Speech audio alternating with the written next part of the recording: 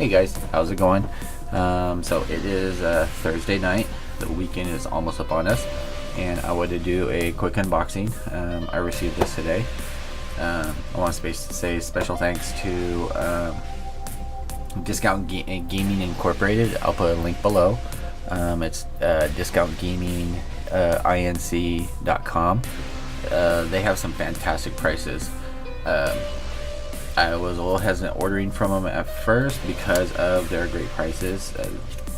Super cheap, seemed too cheap, and come to find out that the owner is been in the gaming industry for a while. Small little shop, kind of a mom and pop shop, but definitely go over, check them out. Great prices. They've got all kinds of gaming stuff. And they are super fast. I ordered some stuff, it shipped out the very next morning, and I had it like 48 hours after that by priority mail. So today we have from the Hordes Trollbloods, Mulg the Ancient. I really wanted to get him to go with the rest of my army. I say army because I am slowly collecting all of them. I want to build ultimately a diorama village with everybody in there, just for display. I think it'll be really cool. So far I really love all the trolls. So here you have on the back of the box, you kind of have a part breakdown to give you an idea of what else in here. Now this is one of the metal kits. They have not converted this into a plastic kit yet. There is no instruction sheet in the box. I've already opened it up. There's no instruction sheet, just this diagram that's on here to give you an idea of where things go. So you get the box, get that out of the way. You get the stat card. I'll bring that up. Focus on that. Alright. So I will be interested on playing this if I ever get the stuff done and then find someone in my area to play with. Unfortunately, Fresno is kind of limited on game places. But I really want to play. A lot of people told me to get this instead of the Mountain King, and the Mountain King is the one that started it all for me, just because he just looks like a complete badass. I didn't really care what stats were or anything, and then it just kind of snowballed from there. I love that all these guys, they have the snacking,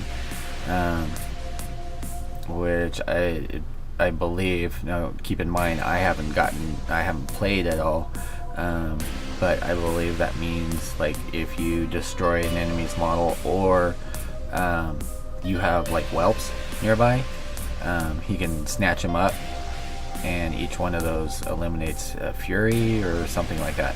I'll have to read on it. Anyway, so there's his card. Put that up in the pile.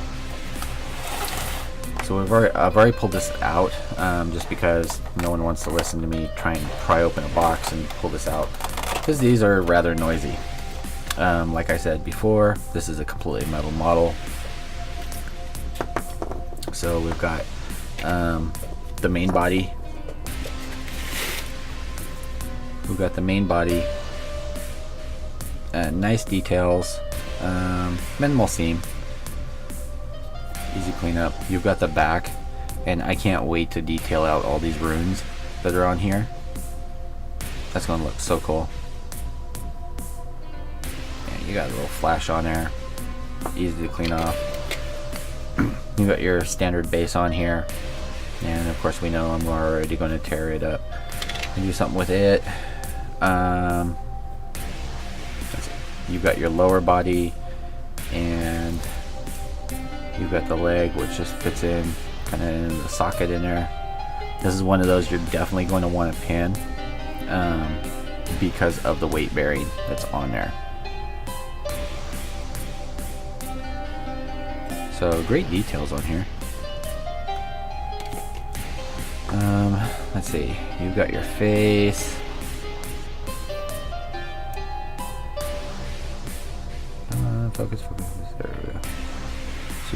face. It's kind of hard until you get some paint on there, some paint or primer. You have, I love this thing, giant club o' death. That's gonna be a blast to paint too. So this is one of his arms with the club. You've got a notch there that I'll have to look. I think it goes in just like that. You've got a rock that goes in there,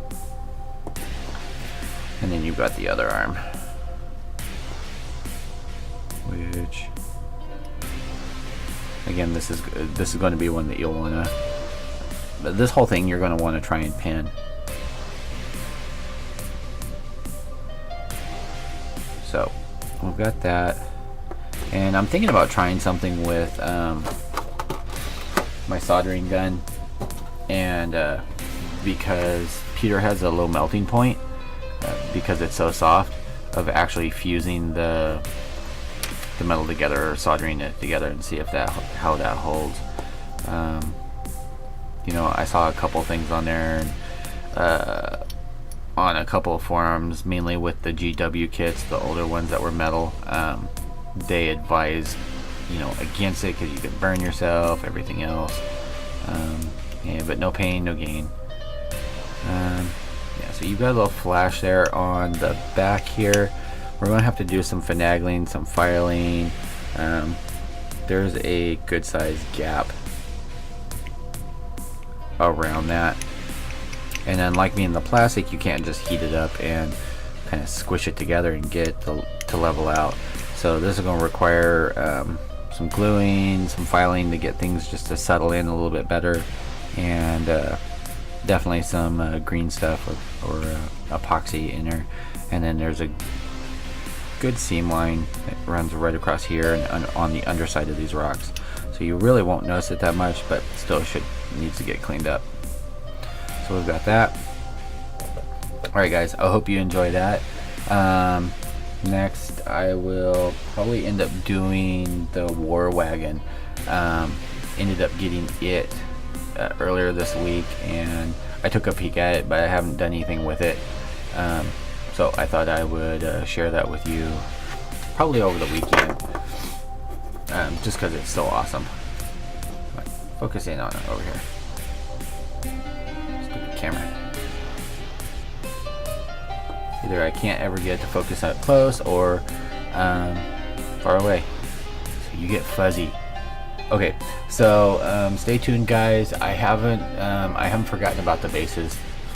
I've been busy this week, and so I'm still working on those. I will probably finish up that series of videos on that. I've had a couple people ask me about doing that on a GW base, so I will demonstrate that just so you guys can see that it can be done. Not necessarily that it should be done, but that it can be done, and then we'll go from there. So I will talk to you guys later, and have a great night. Peace out.